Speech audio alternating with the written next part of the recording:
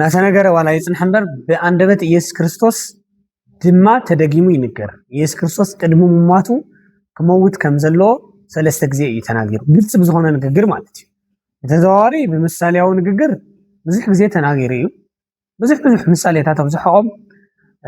ልዝገዛዚ ልዝቤተ መቅደስቲ ተፍርስዎ ይኹም ኣብ ሳልሳይ መዓልቲ ኣነ ድማ ከተስወየ ናበለ ምንጋሩ ንባዕሉ ምዃኑ እዩ ግልጽ ብዙሆነ ይሕዝን እዮም ይሰቕሉን እዮም ይድብድቡን እዮም قاتلون يوم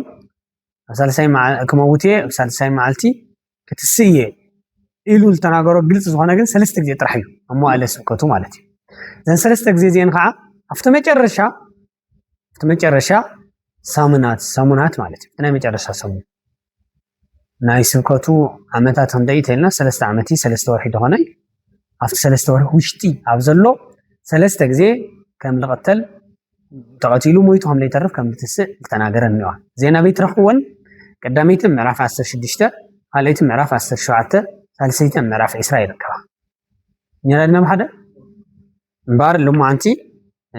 ተቀዳሚቲ ክንረኽባ አይና ማለት እዩ ብዛ ሳልሰይት ክፋል ቀዳሚት ክፋል ከነወልኩም ማቴዎስ ምዕራፍ 16 ካብ ቁጥሪ 1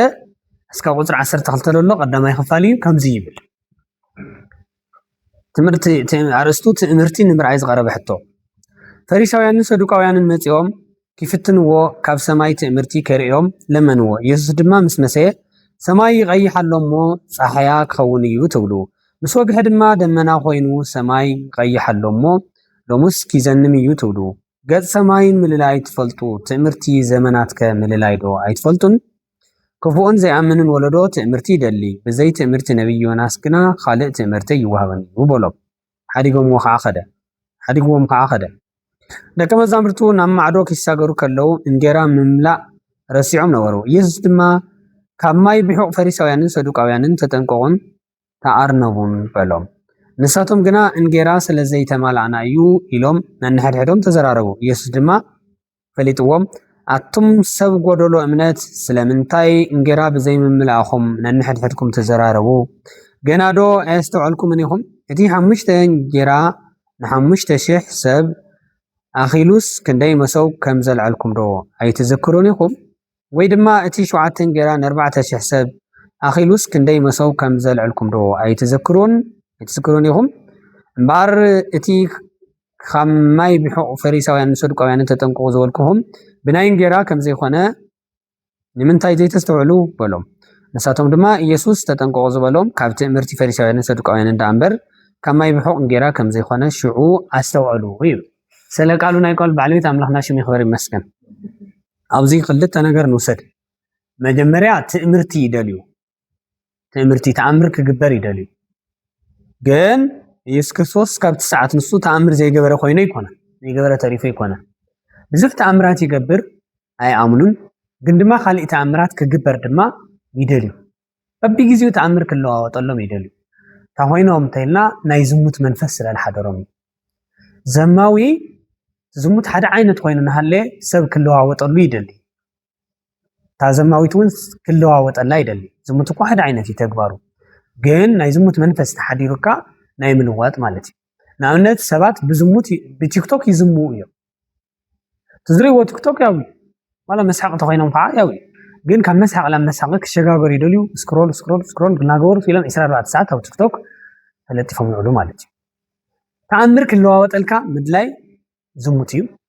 ሰበይቲ ክትለዋወጠልካ ሰብኣይ ክለዋወጠልካ ምድላይ ዝሙት እዩ መስሓቅ ወግዕታት ክለዋወጠልካ ምድላይ እውን ዝሙት እዩ ኣብ ኢየሱስ ማለት እዩ ናብ ሱስ ዘእትወካ ዝኾነ ነገር ኩሉ ዝሙት ይባሃል ናብ ሱስ ዘእትወካ ሱስ ዝኾነካ ነገር ኩሉ ዝሙት ኖ ምምላኽ ማለት እዩ ስለዚ ትምህርቲ ክለዋወጠሎም ይደልዩ ግን ብትል ተገበረ ከይኣመኑ ስለልተረፉ ጎይታታ ኢልዎም መስለኩም ለገጸ ሰማይኑ ተኣምሩ ፈክሮቶ ንጉሆ ኣከባቢ ተኾይኑ ኣየር ርኢኹም ምሸት ኣከባቢ ኣየር ርኢኹም እውን ኩነታት ናይ ሰማይ ርኢኹም ለማዓንትስ ክዘንም እዩ ለማዓንትስ ኣይዘንምን ኢልኩም ትናገርዎ ምልክት እኒኦኩም ኢልዎም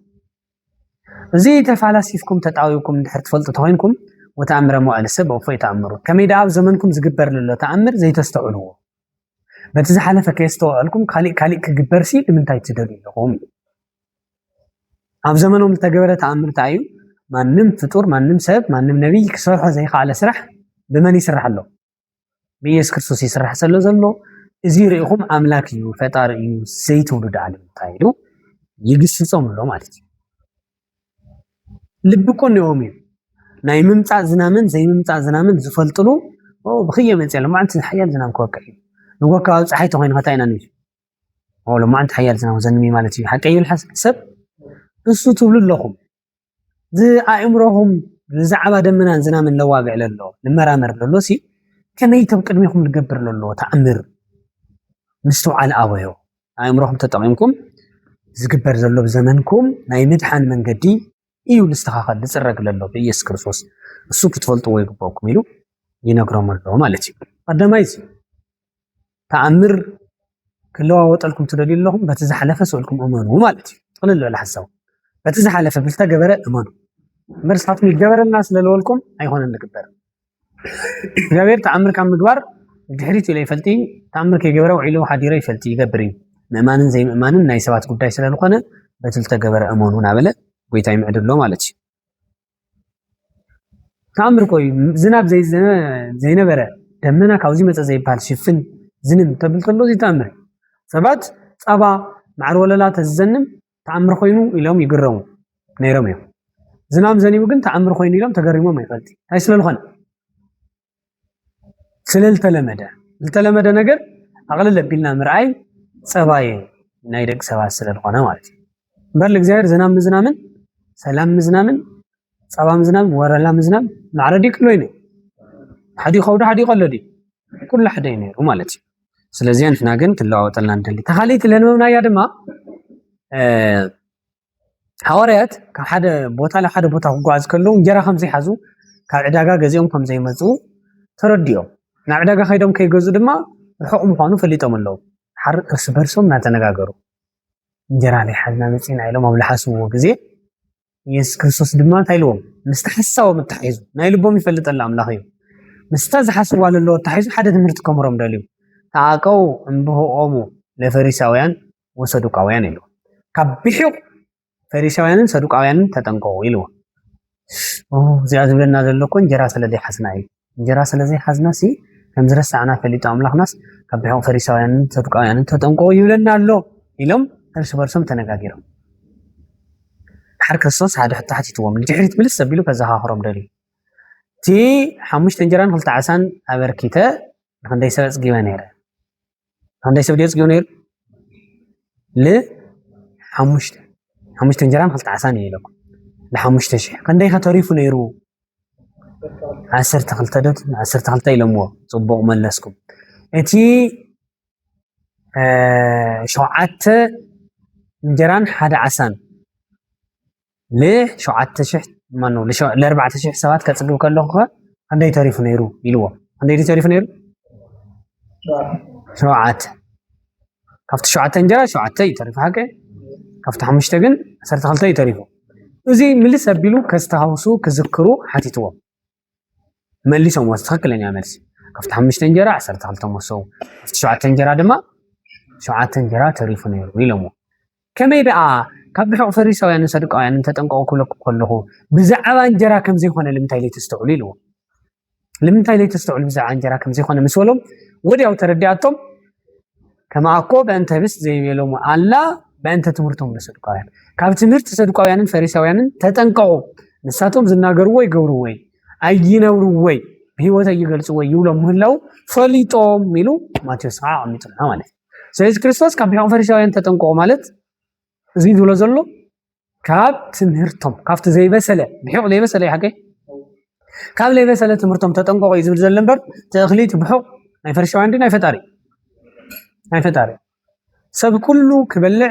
بديتي تراح قدوس خويني الرخام نصو خويني الرخام بر رفع سلت حمش تلتنتنا نير حكي قدوس من كانت صانيحة قدوس لقدوسان قدوس لا نير حكي بزي ملك اهم تردوا سلازي كاب تعرف فرشاويان حزي ناوند بمنجد سمراويان يتخدو لا مدرع حساب يترجزوا حكي التناجير نير زي حزيب بزعبات منجدهم تهجرهم يترجزوا عند عربي يتخدو سعودي يتخدو الجلي يتخدو مساسلام يتراخو أسلام الرجزوا منجد يترجزوا ساتهم يتحزوا انجرا يتحزوا يتون العمال زبيو هيكون تايدا هم جورم هم تخدرتهم بتتعوت لهم لخوه ساتهم من تايتون يتملخو بكحدات يتمساسلوهم بحماق مغبار يتمساسلوهم مالت انبر منقد يبال له ሃይማኖት መንገድ ተባይሉ በብዙሕ ጊዜ መጽሐፍ ቅዱስ ይብለጽ ለዚህ በቀጥተኛ ሃይማኖት ኦርቶዶክስ ማለት ቀጥተኛ ሃይማኖት ማለት ያገኝ በውዱቡ ተመላለሱ ጥራህንበር ከዚ ወጻይ ከመንገዲ ሃይማኖት ዘንበሌልኩም ላብ ክህደት ላብ አረማውያን አይትኹዱ ማለት እዩ ስለዚህ ካብ ሕቁ ፈሪሳውያን ተጠንቀቁ ማለት ከምንታይ ተጠንቀቁ ማለት ይሉልና ካብ ትምህርቶም ካብ ክህደቶም ካብ ትልሕልፉ ሕማቅ መንገዲ ሁሉ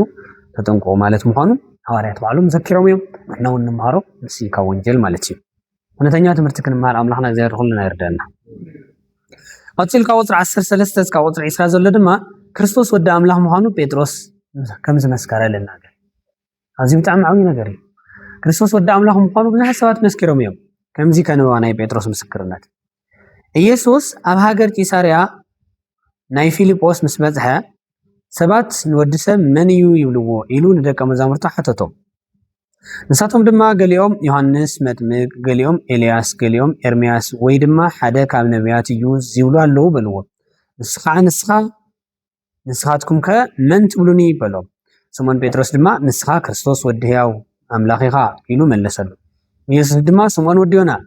እቲ ኣብ ሰማያት ዘሎ ኣቦይ ዳ እምበር ስጋን ደምን ኣይገለጸልካን እሞ ብፁዕ ኢኻ ኢሉ መለሰሉ ኣነ ከዓ ኣብለካ ኣለኹ ንስኻ ጴጥሮስ ኢኻ ኣብ ልዕሊ እዚ ከውሒ ድማ ንቤተ ክርስቲያን ካንፃ እዩ ደጌታት ሲኦል ድማ ኣይክሕይልዋን እዮም መርሆታት መንግስተ ሰማያት ድማ ክበካ እየ ኣብ ምድሪ ዝኣሰርካዮ ኣብ ሰማይ እሱር ክኸውን እዩ ኣብ ምድሪ ዝፈትሕካዮ ከዓ ኣብ ሰማይ ፍትሕ ክኸውን እዩ ድሕሪዚ ንሱ ክርስቶስ ከም ዝኾነ ንሓደ እኳ ከይነብሩ ንደቀ መዛሙርቱ ኣጠንቀቆም እዩ ስለ ቃሉ ናይ ቃል ባዕልቤት ኣምላኽና ሽሙ ይኽበር ይመስገን ኣብዚ ዝሰማዕኹም ሞያ ናይ ፊልጶስ ዓዲ ኣብ ዝኾነ ቂሳርያ ዝበሃል ቦታ ከባቢ ምስ በጽሑ ክርስቶስ ኢየሱስ መድኃኔ ዓለም ይሓተመሉ መን ይብልዎ ሰው ለወልደ እጓለ እመሕያው በአምላክነቱ ንግግር ናይ ሰውነቱ ፍትዎ ይሓትተሉ ሰባት ነቲ ትሪእዎ ዘለኹም ሰውነት ነቲ ትሪእዎ ዘለኹም ወዲ መን ይብልዎ ይሓተመሉ ነቲ ምሳኹም ዝንቀሳቐስ ዘላ ኣካል ወዲ መን ይብልዎ ይሓትተሉ መጀመርያ ብዙሓት መስኪሮም ነይሮም ዮሐንስ መጥምቅ መስኪሩ ነይሩ ክርስቶስ ወዲ እግዚአብሔር ሕያው ምዃኑ ተመሳሳሊ ናትናኤል እውን ክጽዋዕ ከሎ አንተ ውእቱ ወልደ እግዚአብሔር ወንጉሰ እስራኤል አንተ ንስኻ ወዲ እግዚአብሔር ወንጉሰ እስራኤል ኻይሉ ንጉሰ እስራኤል ኻይሉ መስኪሩ ነይሩ ብዙሓት መስኪሮም እዮም ስለ ኢየሱስ ክርስቶስ ኣምላኽ ወልደ ኣምላኽ ምዃኑ ማለት እዩ ተመሳሳሊ ኣብዚ እውን ክርስቶስ ባዕሉ ሓቲትዎም ሰባት መን ይብሉኒ ኢሉ ትሕቶ ኣምላክነቱ ለሰውነቱ ለኣምላክነቱ ምንጋር ናይ ኢየሱስ ክርስቶስ ጸባይ ስለልኾነ እዩ ስለዚ ሰባት መን ይብሉኒ ልብል ሕቶም ስሓተቶም ቅድስና ኻሪኦም ኤርምያስ ዝብሉ ካለው ድንግልና ኻሪኦም ኤልያስ ዝብሉ ካለው ተኣምር ካሪኦም ካብ ቀዳሞት ነቢያት ሙሴ ኢያሱ ይብሉ ካለው ቲ ትምህርትኻ ተግሳጽካ ኩሉ ነገር ሪኦም እውን ዮሐንስ መጥምቅ እዩ ዝብሉ ካውን ኣለው ኢሎም ከክና ዓለም ርእይቶ ቀሚጦም ንስኻትኩም ከመን ትብሉኒ ምስ በሎም ግን ጉዳይ ጸጥ ኮይኑ ብዙሕ ግዜ እንታይ የመላኽት ደቂ ሰባት ካብ ናይ ባዕሎም ዝብልዎ ናይ ባዕሎም ዝኣምንዎ ባዕሎም ዝገብርዎ ባዕሎም ዘለውዎ ምግላጽ ናይ ሰብ ኩነታት ክገልጹ ዝቀዳደሙ ምዃኖም የመላኽት እቲ ሰብ ዝብሎ ተቀዳዲሞም ኩሎም ተናጊሮም ንስኻትኩም ከመን ትብሉኒ ምስ በሎም ግን ንኩሎም ዝኸበደ ሕቶ ኮይኑ ኩሎም ጸጥ ኢሎም መን ግን መሊስዎ ጴጥሮስ ፈጣን እዩ ነይሩ ካብ ፍጥነቱ ዝተልዓለ ሓደ ጌጋታት እውን ይፍጽም ነይሩ ካብ ጌጉኡ እናተምሃረ ግን ብደንብ ገይሩ ዝበለጸ ፍጥነቱ እናቐጸለ ይኸይድ ስለዚ ብሳዕዚ ጴጥሮስ ቀርብ ኢሉ አንተ ውእቱ ክርስቶስ ወልደ እግዚአብሔር ያው ንስኻ ክርስቶስ ወዲ ሕያው እግዚአብሔር ኢኻ ኢሉ መስኪሩ ኢየሱስ ድማ እንታይ መሊሱ ይመስለኩም ስመይ ከሰተለከ ዘስጋ ወደም አላ ወይ ዘሰማያት ዝኸምዚ ዓይነት እምነት ዝኸምዚ ዓይነት ፍልጠት ዝኸምዚ ዓይነት ትምህርቲ ዝርከብ ሰማያዊ ኣቦይ ካብ ልገለጸሉ እምበር ስጋዊ ደማዊ መምህር ካብ ለምህሮ ይርከብ እሞ ሰማያዊ ኣቦይ ገሊጽልካ ኢሉ ሰባት ምስጢረ እግዚአብሔር ክናገሩ ዝኽእሉ ማንነት ክርስቶስ ክትንትኑ ዝኽእሉ ክርስቶስ ከምዚ ካብ ክልተ ኣካል ሓደ ኣካል ካብ ክልተ ባህሪ ሓደ ባህሪ ወዲ ሕያው እግዚአብሔር ኢሎም ክናገሩ ዝኽእሉ ቀደም ይኹን ከዚ ሰማያዊ ኣቦኡ ዝገለጸሉ እግዚአብሔር ዝገለጸሉ ሰብ ጥራሕ እዛ ነገር እዚኣ ክምስክር ንኽእል ማለት ክርስቶስ ምእማን ክርስቶስ ኣምላኽ ኢልካ ምምስካር ከምቲ ክርስቶስ ዝነበሮን ምንባር እግዚአብሔር ትገልጸልካ ተሎ ወዲ እግዚአብሔር ትኸውን ተለኻዩ ማለት እዩ እግዚአብሔር ከይገለጸሉ ክርስቶስ አምላኽ ዝብል ሰብ ፈጽም የለን አልዎ ዘይክል ብሂለ እግዚ ኢየሱስ ክርስቶስ ዘእንበለ መንፈስ ቅዱስ ላይልዩ ቀዳማይ ቆሮንቶስ ምዕራፍ 12 ረይዋ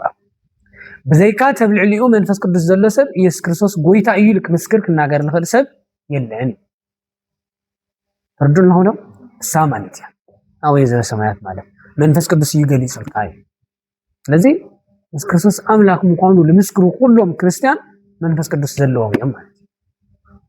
ከምዚ በትምህርት ወንጌል ምስብሳብና መንፈስ ቅዱስ ይጸውየና እዚ ትምህርት እዚ ናይ መንፈስ ቅዱስ ናይ እግዚአብሔር እዩ ማለት እዚ አይል መልስሉ መልስ እዚ ረክብካዮ ለለኻ ካብ አምላኽ እዩ ምን መልሲ ምስ መለሰሉ ሓደ ሽልማት ሸሊምዎ ብፃን ዝበሃል ሽልማት ብፃን ማለት ንእዱነት ክብርነት ምስጉንነት ልዑልነት ብፁዕ አንተ ጴጥሮስ ብፁዕ ኢኻ ኮኺ ኢኻ ለይቲ ንቕናቕ ኢኻ ማለት እዩ ዘንበል ለይትብል በርዒ ለይኮነ ሸምባቆ ለይኮነ ጽኑዕ ኮኺ ኢኻ ኣብ ልዕሊ ኮኽነትካ ድማ ቤተክርስትያን እንታይ ገብራይ ክስርታ እየ ደገታት ሲኦል እውን ኣይናውፅዋ ቤተክርስትያን ፈተናታት ክበዝሕዋ ይኽእሉ እዮም ግን ከናውፅዋ እዩ ለናውፅዋ ኣይኮነ ከምቲ ወለድና ልብልዎ ማዕተብ ሓቂ ትምንን እምበር ኣይትብጠስ እዩ ዝበሃሎ ማለት እዩ ግን ቤተክርስትያን ካብ መላእ ዓለም እያ ለይትንቀል ለይትጠፍእ ለይትናወፅ እምበይ ካብ ዝኾነ ከባቢ ግን ትንቀል ትኽእል እያ ጳውሎስ ዝለኣኸለን መልእኽታት ዓዲ ሮሜ ቆሮንቶስ ካሊእ ትፅውዕ ትኽእሉ ኢኹም ፊልጵስዩስ ተሰሎንቄ እዚአን ሕዚ የለን በቃ ግሪክ ሮም ዝነበራ ቤተክርስትያናት ኩለን የለን ናብ አረማዊነት ናብ ኢሉሚናቲ ናብ ገለ ስልጣነ ተባሂሉ ናብ ሰይጣነ ዝኣተው ዓድታት እዩ ከም ሃገር ሃይማኖትና ካባና ከይርሕቕ ወለዶና ክርከቦ ከም ዘሎ ምስራሕ ምጉባዝ ናትና ጃም ይኸውን ግን ካብ መላእ ዓለም ግን ክርስቶስ ዳግም እስካብ ልመፅእ ሃይማኖት ኣይትጠፍእ ኣናቅጾ ሲኦል ይህይልዋ ማለት ከምዚ ኣይሕይልዋን ይልበላ ኣምላኽና እውን እምበር ኣይፍትንዋን ኣይበለን ክፍትንዋ እዮም ግን ሓይላ ክትስዕር ክተሽንፍ ክትዘለቕ ምዃኑ እውን ይናገር ለጋንንቲ ኣናቅጾ ሲኦል ዝብሎም ዘሎ ንምንታይ በረታት ሲኦል ተባሂሎም ሲኦል ረጊፅካ ሰይጣን ረጊፅካ ስለዝኾነ ገነት ልእቱ ሰይጣን ሽኒፍካ ፈተናታታት ሰይጣን ቦቂስካ በጢስካ ስለዝኾነ ልሕለፍ ናብ ገነት ናይ ሲኦል በር ዝኾኑ ጋንንቲ ረጊፅካ ስለልሕለፍ እዩ ምርጋፅ ማለት ፈተናኦም ምሽናፍ ማለት ተረዱ ኣለኹም ሓሳበይ በዚ ምክንያት እዚ በረታት ሲኦል ተባሂሎም ነው መሽኒፍካ ስለትኸዶ ማለት እዩ ነትኸዶ ባረ ይሕይልዋ ኢሉ ቤተክርስትያን ነታ ኣብ ልዕሊ መን ተሰረተት ኣብ ልዕሊ ጴጥሮስ ሕዚ ሰባኪ ስለዝኾነ እምበር ዋና ቁፅሪ ሓደ ኮኺ መን እዩ ኢየሱስ ክርስቶስ ኮክሰ ክርስቶስ ውእቱ ኢሉ ቅዱስ ጳውሎስ ኣብ ቀዳማይ ቆሮንቶስ ምዕራፍ 10 ገሊፅዎ ኣሎ ካብ ኮኺ ዝፈለቐ ማይ ይሰትዩ ነይሮም ኣቦታትና እስራኤል ይብል እሞ ኮኺ ዝበሃል ዘሎ ግን ክርስቶስ እዩ ኮካ ክርስቶስ እዩ ኣብ ኮክሕነት ክርስቶስ እዩ እምበር ንምስረት ዘሎ ጴጥሮስ ኣብ ጴጥሮስ ዝሰበኾ ህዝበ ክርስቲያን ቤተክርስትያን ለትስረት በአቲ ቅዱስ ቤተክርስቲያን ተላዕሎ ኩሉ ጉባኤ ዘዋርያት ንሓቀ ይሁን እዚ ሱ ማለት እዩ እዚ አይልዎ ብጾነት ይውዎ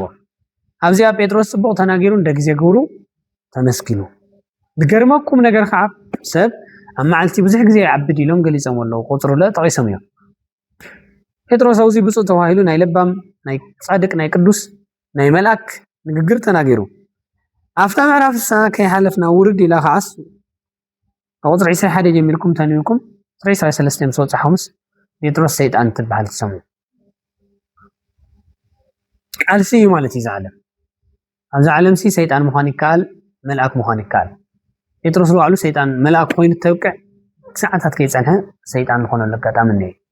ሕዚ ሰይጣን ዝበሃል ብኣካሉ ኣይኮነን ናብ ሰይጣን ተለዊጡ ብኣካሉ ኣይኮነን ናብ መልአክ ተለዊጡ ማለት ግብሩ እዩ ሰይጣን ዝበሃል ሰይጣን ለቆ ትግብሩ ምዃኑ ኩላትና ግልፂ ይሓቅር መሰናኽል ውድቀት ስለልበዝሐ ሰይጣን እዩ ሰይጣን ባለለን በመልአክ እዩ ነይሩ ተፈጥሮ ስለዚ ሰይጣን ይብሎ ግብርኻ ናይ ሰይጣን ኮይኑ ማለት እዩ እዚኣ እውን ተንባየ ንምንታይ ሰይጣን ከም ለበሎ እውን ትርእዩ ኢኹም ካብ ቁፅሪ 21 እስካብ 28 መጨረሻ ከምዚ ትብለላ ካብ ሽዑ ኢየሱስ ንደቀ መዛሙርቱ ናብ ኢየሩሳሌም ክኸይድ ብዓበይትን ብሊቃነ ካህናትን ብመምህራን ሕግን ብዙሕ መከራ ክቅተል ሳልሰይቲ መዓልቲ እውን ክትንስእ ከም ዘለዎ ክገልጸሎም ጀመረ። ጴጥሮስ ከዓ ኣግልል ኣቢሉ መለሰሉ። ጎይታይ የድሕንካ እባ ደኣ ነዚ ነገር ዚስ ከቶ ኣባኻ ይውረድ እናበለ እውን ክገንሖ ጀመረ። ኢየሱስ ግና ግልጽ ኢሉ ንጴጥሮስ ካባይ ርሓቕ ሰይጣን ንስኻ ናይ ሰብ እምበር ናይ ኣምላኽ ኣይትሓስብን ኢኻ ዶ እሞ ንዓይ መዕንቀፊ ኢኻ በሎ። ሽዑ ኢየሱስ ንደቀ መዛሙርቱ ከይስዕበኒ ዝደሊ ህይወቱ ይመንን መስቀሉ ኣልዒሉ ድማ ይስዕበኒ ከመይ እቲ ንህይወቱ ከድሕና ዝደሊ ከጥፋ እዩ እቲ ንህይወቱ ምእንታይ ዘጥፋእ ከዓ ክረኽባ እዩ። ንሰብ ከኩሉ ዓለም ረቢሑስ ነብሱ እንታጥፍአ እንታይ ይጠቕሞ? ሰብ በጃ ነብሱ እንታይ ዘይመሃበ? ወዲ ሰብ ብክብሪ ኣቦኡ ምስ መላእኽቱ ክመጽእ እዩ እሞ ንነብሱ ወከፍ ከከም ግብሩ ክፈድዮ እዩ። ንወዲ ሰብ ብመንግስቱ ክመጽእ ከሎ ክሳዕ ዝርእይዎ ካብዞም ኣብዚኣ ቆይሞም ዘለው ዘይሞቱ ከም ዘለው ብሓቂ ብለኩም ኣለኹ በሎም ይብል።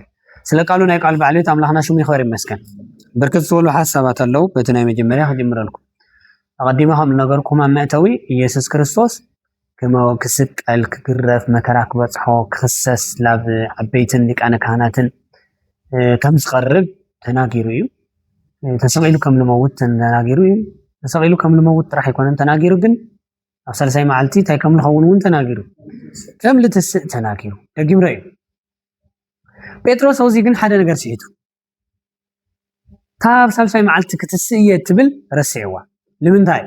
ሰባት መከራ ናብ ኣእምሮኦም ከምፁ ከለው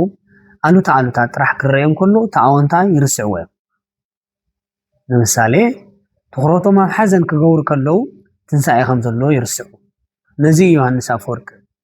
ነቶም ዝበኺሉ ብናይ ሓዎም ሞት ብናይ ቤተሰቦም ሞት ብጣዕሚ ዝሳቀዩ ሕቁንቁ እናበሉ ልበኺ ዝኣውይዎ ዝነበረ ህዝበ ክርስቲያን